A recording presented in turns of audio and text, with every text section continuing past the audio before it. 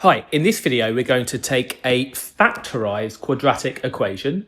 By factorised I just mean we've got a multiplication of brackets here rather than expanded out, and we want to find where the quadratic graph crosses the x and y axes. Now remember, when we're on the x-axis, so if I was to draw an x-axis and a y-axis, whenever you're on the x-axis, the y value is always 0. And similarly, when you're on the y-axis, the x value is always 0. So we can use that to find the x and the y-intercepts of this graph. So let's consider the y-intercept first. That would be when x is 0.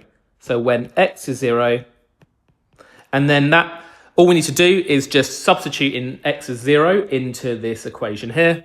We're going to get y is equal to, and then in this first bracket here, we're going to have 3 times 0 plus 8. So we're just going to have 8. And then we're timesing that by this bracket of 1 minus x. When x is 0, we get 1 minus 0. So we just get that 1 there. So 8 times 1, and that's going to be 8. So when x is 0, y is 8. So we could plot that if we want. It's going to be this point here. When x is 0, y is 8. So that's where the y-intercept is. What about the x-intercepts? Well, we said that's when the y value is 0. Any point on the x-axis, the y value is 0. So when y is 0, we just substitute y as 0 into the equation. So into this, y is 0. We've got 0 is equal to 3x plus 8 times by 1 minus x. Now, remember, when we've got a factorised expression like this equals to 0, well, if we have the product of two things equals to 0, then we know at least one of them has to be 0. For example, if this was 0, 0 times anything would give you 0, wouldn't it? So if the 3x plus 8 was equal to 0, then we can solve that. So if we subtract 8 from both sides, we get 3x is negative 8. And then we divide both sides by 3, we get minus 8 over 3. Remember, the quick way of doing this is whatever the constant term is, a term without an x, we negate it. So the plus 8 becomes negative 8.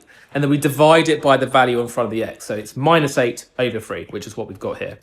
And then if 1 minus x was equal to 0, 1 minus what is 0? Well, x is 1, isn't it? So we get x is 1. And x is minus 8 over 3, that will make y 0. So those are the two values on the x-axis. So we got minus 8 over 3, and we've also got 1.